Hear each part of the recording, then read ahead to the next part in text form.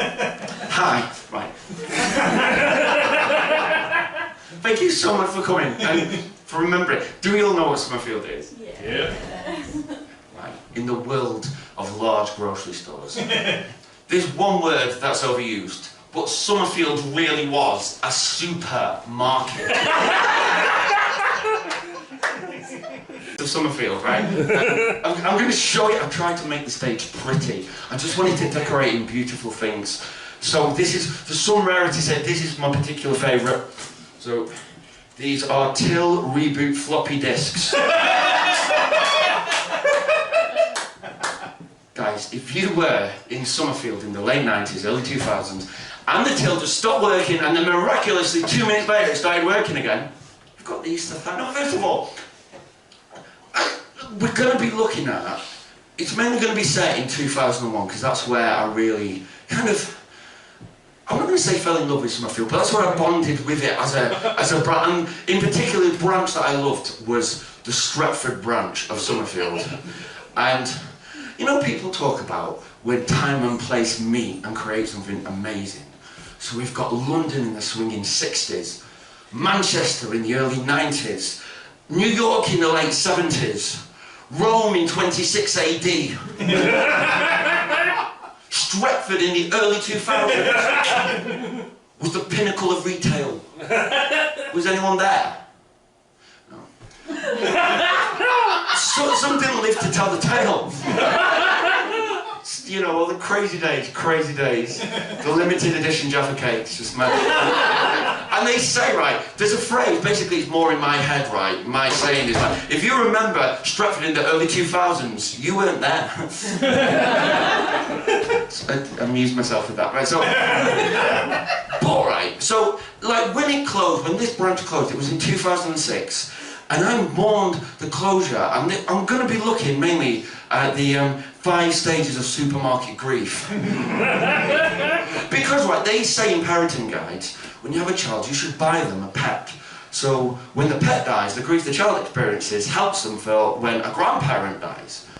Well, when my granddad died, the grief I experienced helped me for when Somerfield closed.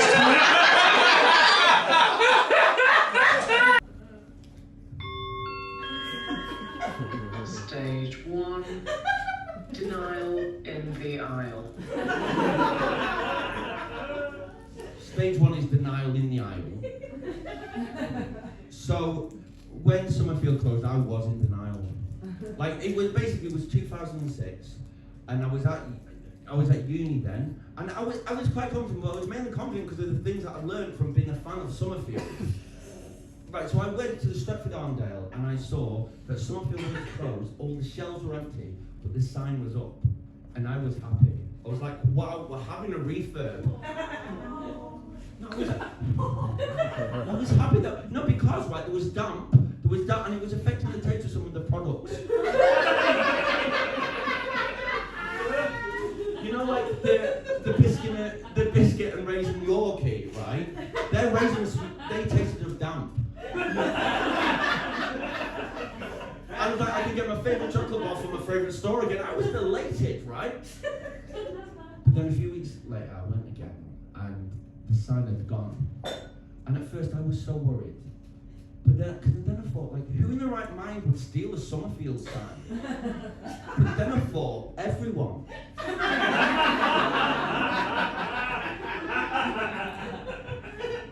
The reason why I love Somerfield so much is that I used to hang around there after college when I was like 17, right? And we've all been there, right? But what happened was I was into comfort eating, and that's what first drew me to it, right? So I've got, like, even now, right, I'm just into all sorts of rubbish like Monster Munch donuts, all forms of Mr. Kipling. And you know what, right? People think, but you've got to stop it. It's all processed food, and they're right. But what a process!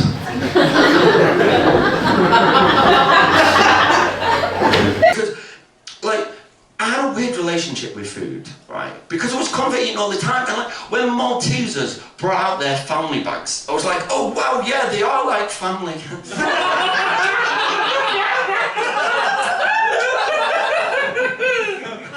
he taught me a lot, right? But then I was shocked, right? I thought, wow, that's amazing that he's got a girlfriend. And I'm going to be honest, right? Because I thought to have a girlfriend back then, you needed to have maybe a bit of swagger, you needed to be quite sophisticated, maybe a bit arrogant. Basically, to me, romance was for Tesco fans. And so I thought, well, maybe I could get a girlfriend too, if I worked for Somerfield. That's what it does for you, right? Basically, it was about Sue, and she was the first person I ever saw administer a yellow sticker. It was a great, it was actually a 5-bean salad, right? And it was the first time I saw a yellow sticker or a 5-bean salad. Oh, I know it's existed. Let's see if I've got more of these. Sorry, I'm not very organised. Right, here we go. Right. Very little, we didn't have one in St Helens. There was one at the top of my road in Wavertree, Liverpool, when I was a student. Is it the same as Gateway? With the Scouse woman. Right. Ruth's ex-husband worked there at one. He didn't know what a grapefruit is. Can we have a couple more? Can we have more music?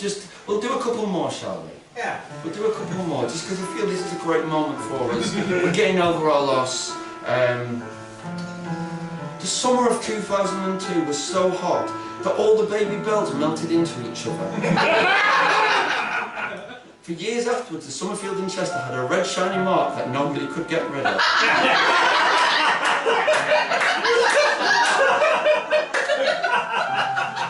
I remember that they existed, but I've never been in one. A bit like Farm Food Store or Peacocks, which I think might sell clothes.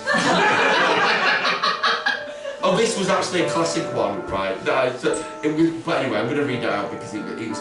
There was one in front of my student halls when I was at Leeds Uni. The cheapest wine we could get drunk by there was called Hock, and it made me puke a lot. I had a crush on a guy who worked the tills. His name was Christian, spelled with a K. So I got to stalk him. Oh God. Right. Every time I shopped. Eventually I spotted him in a nightclub and snogged him, but it was shit. Started shopping in Morrison's instead.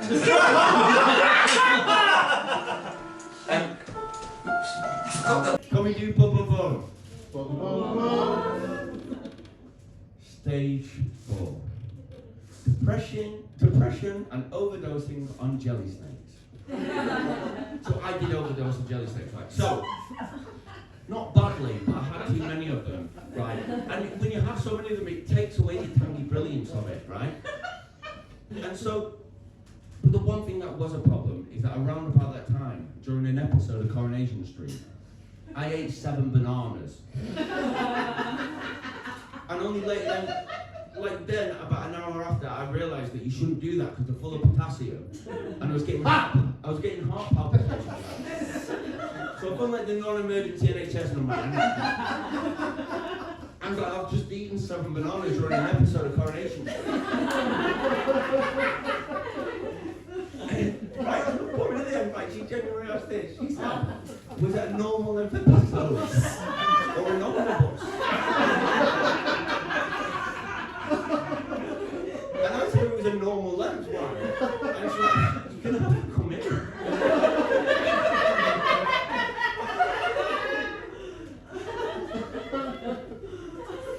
There's this weird thing with comedians when they say like you should end a comedy show with laughter. So, but I thought no, you should end it as weirdly as you possibly can. And I thought, wouldn't it be interesting if I ended with my attempt at a top 86 hit? Putting out a stick on hot. I would walk 1,000 miles to get to your crisp aisle. I loved how your crisps were stacked, what quavers, knick-knacks, tightly packed. And oh, when you're at the checkout and you hear me weep, think of how Somerfield's been put to sleep. And Retail not the same without you. Put a yellow sticker on. I can't believe your checkout's gone soon. Can't you see? I'm half the shopper that I used to be. So put a yellow sticker on. Put a yellow sticker on my heart. On my heart. On a sticker on my heart. On my heart. On my heart. I'm getting so sick. Sue, I really miss you and your orthopedic sock.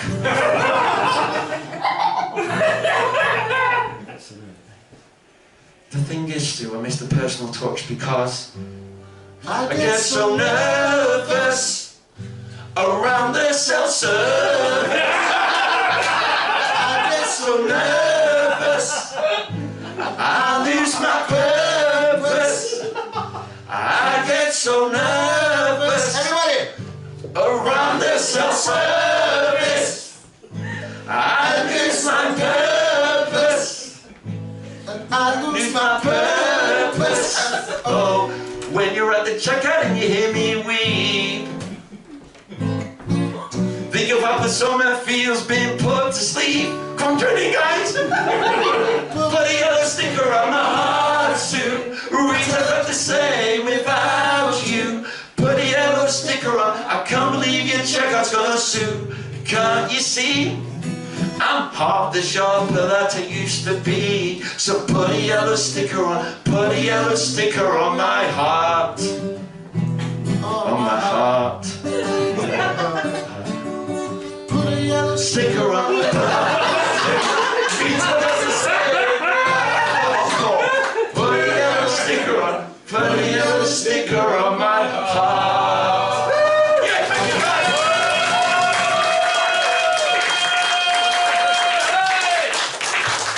guys. Trouble recently. It was a job interview, and it was for the Odeon Cinema in Manchester. The first question they asked, I went to pieces. The first question was, what is your favourite film? And I panicked and I said that my favourite film was Predator.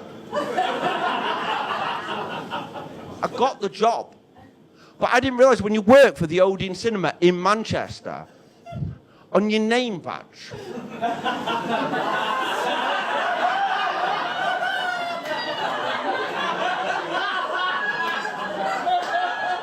guys, you try showing a group of school kids to Screen 5.